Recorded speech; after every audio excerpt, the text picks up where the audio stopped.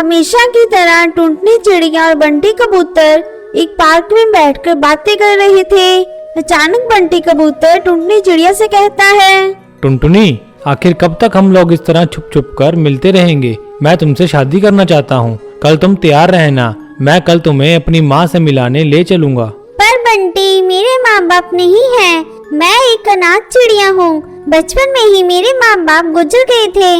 मेरी परवरिश एक अनाथ आश्रम में हुई है। क्या तुम्हारी माँ इस रिश्ते के लिए तैयार होंगी? टुनटुनी, यह सब तुम मेरे ऊपर छोड़ दो।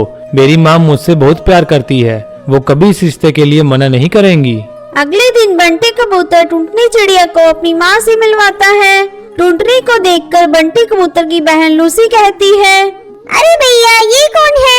आप इन्हें यहाँ लेकर क्यों आए हैं? हाँ बेटा, ये चिड़िया कौन है और तू अपने साथ यहाँ क्यों लाया है?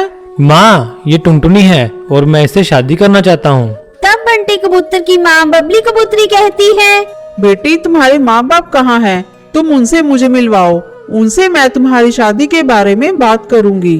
आंटी जी, मैं एक अनाथ चिड़िया हूँ। मेरे माँ बाप बचपन में ही गुजर गए और मेरी परवरिश एक अनाथालय में हुई है। मेरा बंटी के अलावा इस दुनिया में कोई नहीं है। ये सुनकर बबली कबूतरी भड़क जाती है और गुस्से से कहती है, बेटा, तू पागल हो गया है क्या जो तू इस अनाथ चिड़िया से शादी करेगा? तेरे लिए तो मैंने एक से बढ़कर एक रिश्ते देख रखे हैं। बस तुझे हाँ करने की देरी है। हाँ भैया, माँ बिल्कुल सही कह रही है। इस अनाथ से शादी करके तुम हम लोगों की नाक कटवाओगी क्या? पता नहीं इसके शरीर में किस माँ बाप का खून दौड़ रहा है। भैया, अगर तुमने इससे शादी कर ली तो मेरी भी शादी नहीं होगी। इतना सुनकर टुनटुनी चिड़िया रोते हुई वहाँ से चली जाती है।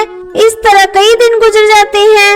एक दिन बंटी कबूतर चुपके से टुनटुनी चिड़िया से शादी कर लेता है और उसे लेकर अपने घर आता है।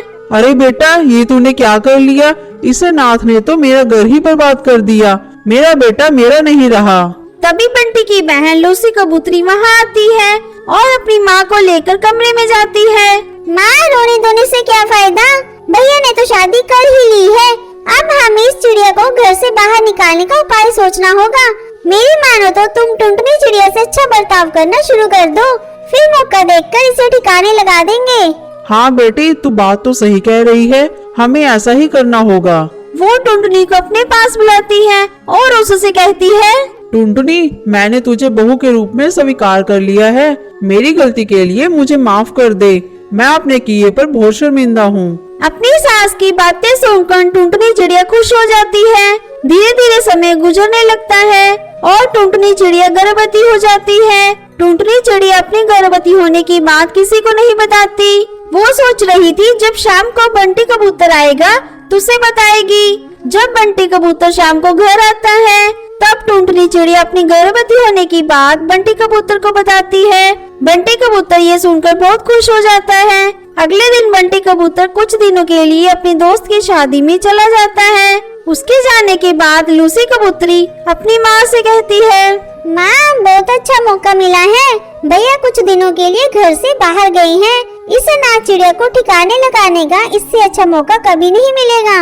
उन दोनों माँ बेटे की बातें टुनटुनी चिड़िया सुन लेती है और रात में सभी के सो जाने पर टुनटुनी चिड़िया घर छोड़कर भाग जाती है। जब बंटी कबूतर घर आता है तो उसकी माँ कहती है, बेटा, मैं कहती थी ना, अनाथ चिड़िया से शादी मत कर। देख, वो किसी और के साथ भाग गई। ऐसे ही दिन बीतने लगते हैं।